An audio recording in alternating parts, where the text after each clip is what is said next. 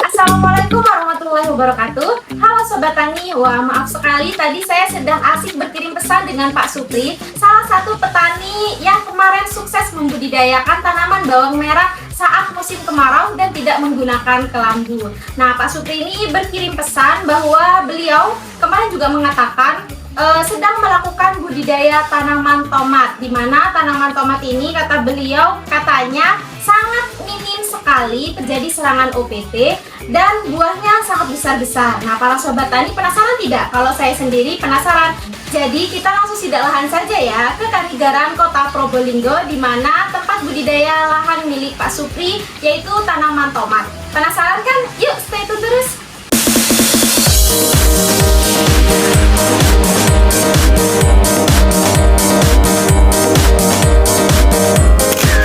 Nah Sobat Tani, kali ini saya sudah bersama dengan Pak Supri lagi di lahan yang berbeda. Di lahan ini di daerah Kanigaran ya Pak ya? Ini di daerah Kanigaran di lahan budidaya tomat. Nah mungkin para Sobat Tani bisa dilihat sendiri bahwa tanaman tomat milik Pak Supri ini minim sekali ya terjadi serangan penyakit dan hamanya. Nah mungkin ini kita akan sharing-sharing bersama Pak Supri, mengetahui apa saja sih yang dilakukan oleh Pak Supri sehingga tanaman tomatnya sehat seperti ini. Nah mungkin ini umur berapa Pak Supri tanaman tomatnya Pak? 55 hari. Oh 55 hari.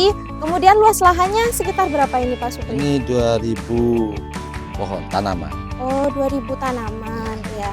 Untuk luas lahan sekitar berapa? Sekitar 1000, kenapa 500? Sekitar 1000. Itu 500 banyak kan. Apa ya di sini? Gitu. Ini beda sekali ya, ternyata Pak Supri ini juga menggunakan selang drip dan sprinkler untuk pengairannya. Nah para sobat tani bisa lihat juga nanti bagaimana penyiraman dari lahan milik Pak Supri ini. Kalau boleh tahu ini sudah panen berapa kali Pak? 3 kali. Nah ini 55 hari sudah panen 3 kali dengan buah yang sebesar dan minim sekali ya terjadi serangan penyakitnya. Nah kalau boleh tahu tips and triknya gimana nih Pak untuk mengendalikan serangan OPT-nya, kemudian dari pupuknya itu bagaimana Pak? Ya di sini kan kekurangannya itu air, yang kesulitan air. Air itu kebanyakan kan mesin bor. Mesin bor untuk mengisi lahan seluas ini itu butuh berapa jam? Sekitar 6 jam atau 8 jam. Jadi saya punya inisiatif untuk melakukan ini irigasi tetes. Dengan irigasi tetes ini setengah jam itu sudah cukup. Lagi 1 jam itu sudah cukup untuk meminimalisir air itu. Air jadi irit. Biasanya saya sampai 5 liter, 10 liter. Itu 1 minggu bisa 2 liter cukup. Selain itu kita pengairannya plus pemupukannya dari irigasi tetes. Kita juga antisipasi hama melalui sprinkle. Oh, pakai sprinkler. Sprinkle itu bukan cuma untuk penyiraman karena hawa sekarang itu panas ya. Panas ini juga menyejukkan. Selain itu juga mengusir hamanya. Jadi kalau dihidupkan itu sore hari. Sore hari. Nah, kalau boleh tahu kalau pupuknya pakai apa saja Pak kalau dari jenengan? Kalau saya pupuknya pakai biasa aja, pakai NPK. Kalau ini mengendalikan hamanya Pak? Mengendalikan hamanya ya pakai SPP, cuman di rolling sama insek, iya. Nah itu untuk dosisnya berapa Pak kalau di tomat? Soalnya kan kalau di bawang merah biasanya berbeda dengan tomat. Atau sama Pak? Nggak sama, soalnya lebih rentan tomat daripada bawang merah. Bawang merah lebih kuat. Tomat ini 20-30 cukup asalkan rutin, disiplin. Nah, iya. Disiplinnya itu berapa hari Pak kalau menurut Pak Supri? Kalau saya habis ditetes itu harus semprot. Harus semprot. Habis tetes, umpamanya tetesnya itu sore, pagi itu nutrisi harus masuk. Habis itu sorenya baru insek. Itu harus rutin sudah, jangan sampai telat. Seminggu kira-kira berapa hari Pak? Ini 4 hari, 5 hari. Berturut-turut? Enggak, nunggu tetes. Jadi kalau tetesnya hari Minggu itu Senin pagi nutrisi masuk, sore SPP masuk. Setelah itu jeda, nunggu tetes lagi sampai 3 hari 4 hari. Aman ternyata. Ini tetes molas apa gimana Pak? Apa pengairan tetesnya? Ini pakai irigasi Tetes drip sistem tetes pakai itu selang, kan? Oh. pakai selang piping namanya ini. Ini selang piping namanya. Ini selang piping. Jadi ini langsung mengisi ke sasaran di sini, langsung di sini. Jadi air tak kemana-mana. Berarti irigasi tetes maksudnya ya Pak Iya. ya. Kalau jenengan ini kan sekarang pengairan agak susah ya Pak ya di Kanigaran. Ini Iya. jenengan punya mesin bor sendiri apa gimana Pak? Punya sendiri karena pakai 3 dam itu udah. Kalau dekat rumah ya enggak usah pakai mesin itu, mesin Honda itu, pakai sanyo cukup nih. Pakai sanyo cukup. Sebelumnya jenengan pernah ini nggak Pak budidaya tomat nggak apa baru kali ini? Budidaya juga. Ini yang paling bagus apa dari dulu selalu bagus Pak? Ini yang bagus. Ini yang paling bagus Iya, ya Pak ini ya. bagus. Super ini. Penyakit nggak ada, terus tingkat kematian nggak ada. Nah itu Sobat Tani, itu merupakan tips and trik dari Pak Supri.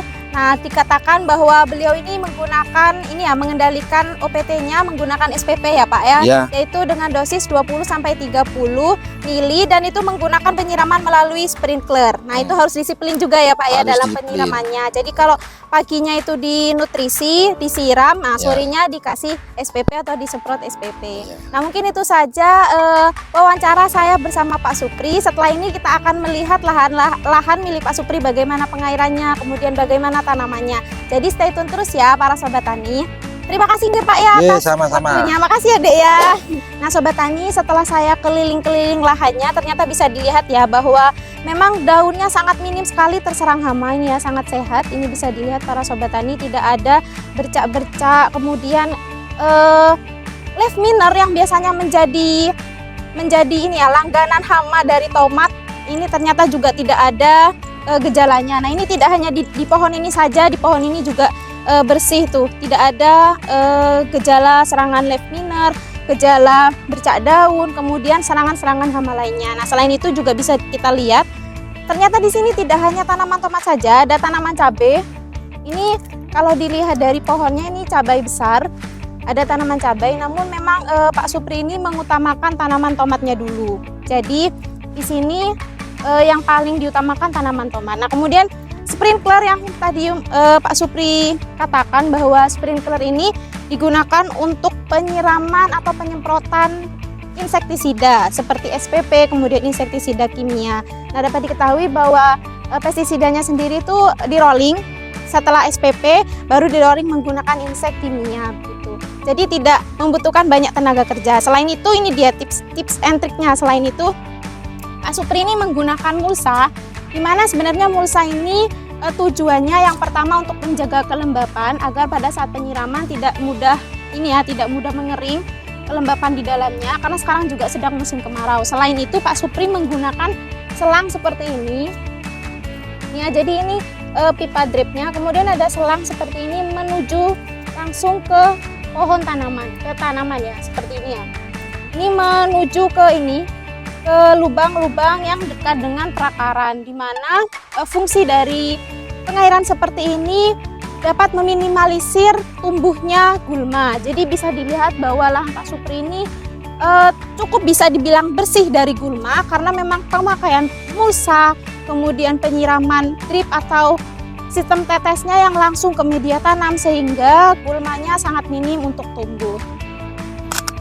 Nah para Sobat Tani, ini merupakan pipa besarnya ya, ini merupakan sumber dari drip-drip yang ada di lahan. Jadi nanti pada saat Pak Supri melakukan pemupukan bisa langsung disalurkan ke pipa ini dan akan menyebar ke seluruh lahan. Ini bisa dilihat seperti ini sistemnya.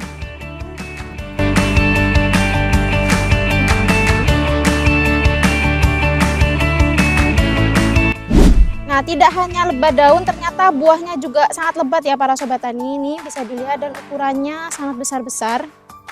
Dan bisa dilihat juga tidak ada busuk buah atau antraknosa. Nah, ini buah yang sudah mulai menguning. Ini ya mungkin kita pakai ukuran mic. Nah, ini hampir sama dengan mic ya besarnya. Ini para Sobat Tani, hampir malah lebih besar ininya ya, buah tomatnya ya. Dan ada yang lebih besar lagi di lahan-lahan yang lain. Jadi kita bisa lihat ya para Sobat Tani.